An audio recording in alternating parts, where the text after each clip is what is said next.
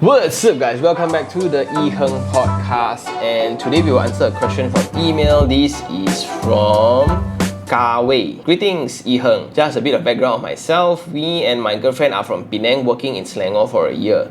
We are renting in the Sungai Buloh area and we really like a more quiet neighborhood like where we currently live.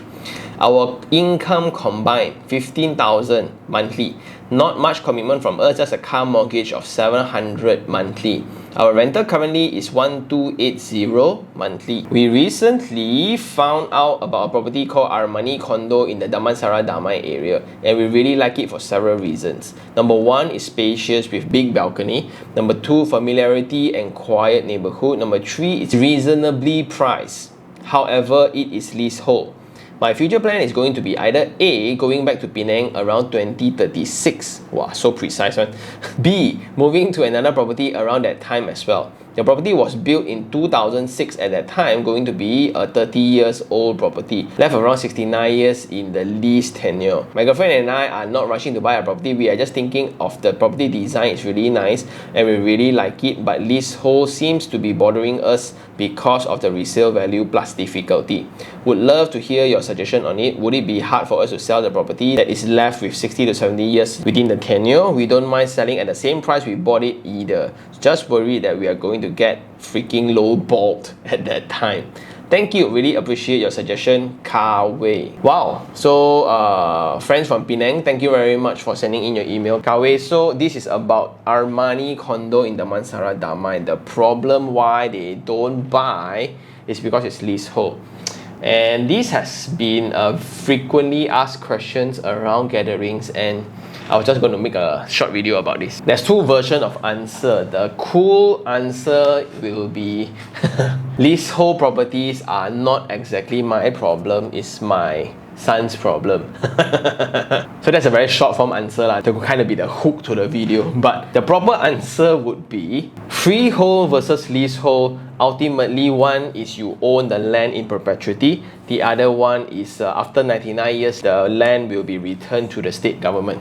There's this incident in Penang actually. There's a condo next to Queens Bay Aeon Mall that the lease was renewed recently. So it was left, if not mistaken, I don't have the exact facts to it, it's left with 30 over years, but it got renewed to 99 years by the state government. So when that happens, every resident was required to pay a fee of around 1,000 plus to 2,000 just for the land title to be renewed into 99 years. And guess what happened to the property price? So a local property expert, his name is Michael, he shared with me that the property price doubled, almost doubled, and everybody was thrilled. All residents were so happy and they were so pro to the government, right? Of course, suddenly, just by paying a few thousand, suddenly now everybody becomes rich already. Well, that's in Penang. In Selangor, then we have the shortest tenure condo in Kelana Jaya. There's one condo that's the lease is still left 40 over years. Again, 30 over 40 over years. I have not seen the title of the building before, so I am not sure. So this is a bit hearsay kind of thing, but it's around 30 to 40 years lah. So the scenario is if the same approach were applied, where the state government then say, hey, now this offer is only for this period of time. Everybody, all residents pay 2,000 ringgit and the entire condo gets renewed back to 99 years. Guess what will happen to the property market? When you have the very first incident of a stratified project being renewed, I think the whole market will explode.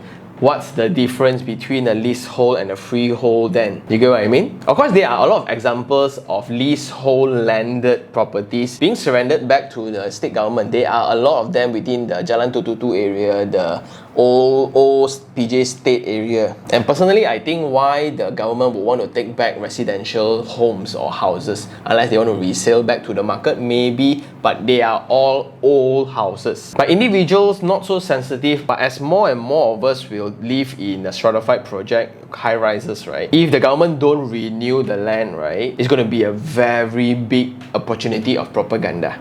And just imagine this, just play in our head. If the current government refuse to renew, or whatever government 40 years down the road, right, refuse to renew the land tenure of that particular residents, guess what the opposition of that government at that time will say? This government take back your land. Would you vote for a government that actually robbed your house away from you? Suddenly it becomes a political tool to not renew the title. And technically we are in a state where I don't think land is that scarce one. So I don't see any purpose at all like why the state government would want to take back condo land or apartment land. Especially like in that area of Damansara Damai, right? You will have the whole Sungai Buloh further and to develop further. And part of the fear again, leasehold versus freehold, right? It's you want to own the land in perpetuity, but within the law of Malaysia, the part of the National Land Code, there's one Land Acquisition Act or Compulsory Acquisition Act. Oh no, or I returned back to my lecturer already. Yeah, so there's this act, right, that allows the government to buy back your land, whether you like it or not, for the improvement of the country. Whether they want to build highway ke, they want to build MRT ke, they want to build whatever stormwater drain ke, whatever lah. They have the right to compulsory acquire your land for the good of the country. But here is the cool thing, they will compensate you based on the market price. So this market price then is the grey part, whether is it dictated by actual market or it's actually dictated by the government valuation department. So that's the grey part, because if you buy my land, of course I want high ma, but when you buy my land, you want low ma, right? So that's the debate of the value, but at least we get something. So that's a very, very good part, and there are a lot of incidents where owners gets compensated for land being acquired. So coming back to your case, right, it's quiet, it's spacious, I get it, right, I love it as well, and it's reasonably priced only because it's leasehold. If you just think about it, right, will it price the same if it's freehold? No, right, most probably not. And that's part of the value. Because personally, like now, do I mind buying freehold or leasehold? If they are the same price, of course I prefer freehold lah. But within the market now, not many freehold. Freehold has become such a unique selling point for every project. When the project is freehold, right, the whole signboard or the billboard or advertisement, freehold property, is a unique selling point already, and guess what? Buyers are going to pay premium for it already. So to me, not to be so concerned about it, because the real technical thing is if left 60 years, right, bank will not provide financing for the new buyers to actually acquire my property. Yeah, so that's the problem of the exit strategy. To curb this, right, in order to buy time for this, is I would suggest to check on the rental market first. So let's say if the property price, let's go and check let's just go check Armani condo for sale. Okay, so we can see that it's around 460,000. Okay, so 460,000, 450,000. Okay, so 450,000, for example, this is a 4-bedroom, 3-bathroom unit, right? Wow, amazing. If you take loan on it, it's around 400, let's say 400,000. So 400,000, if you take 35 years loan at 4%, it's around 1,008 per month. Okay, so it's 1,008 per month on installment for the 450,000 apartment, which is slightly more than the rent that you are paying. And this is what I was going to tell you guys to check out. So if you look at it, right, the exact unit that was marketed as for sale, right, here for rent is around 1,008 to 2,000. 2,002 also got. Like, we just discovered this. A lot of people complain that you don't have property where rent can cover installment, right? Yeah, we just found. Of course, you need to pay the upfront 10% down payment lah, so you kind of take 90% loan and the rent can actually cover. So what I was going to say is this, keep getting distracted. Now, if you were to buy this property at 2023, right, at 2036, which is 13 years later, you want to move back to Penang or you want to upgrade, right, what will happen to the property? You can either sell or you want to rent, right?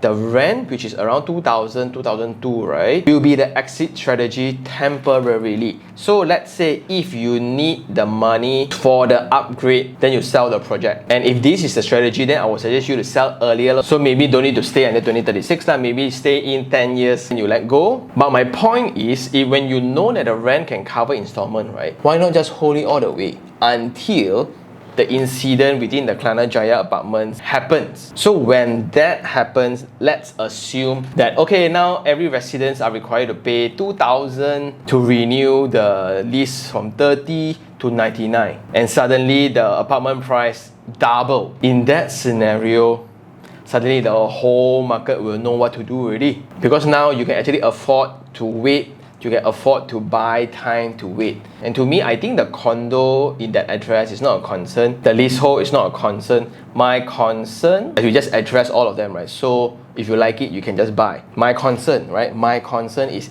you buying with her as boyfriend, girlfriend. That's my concern. So of course, I hope the best for all of you. I don't hope you all to just buy as a couple, receive the unit as an individual, right? I don't want that to happen, but there are a lot of such incidents. So if possible, draft out an agreement between both of you. If you all buy already, then maybe move in already, tak ngam, what happens to the property? And if any one party wants the money, I want to cash out, right? So it's either party buy over the other. At what price? Is it at market price or is it at the SPA price? This all needs to be agreed upon. Treat this as a business agreement before buying it if you want to buy together.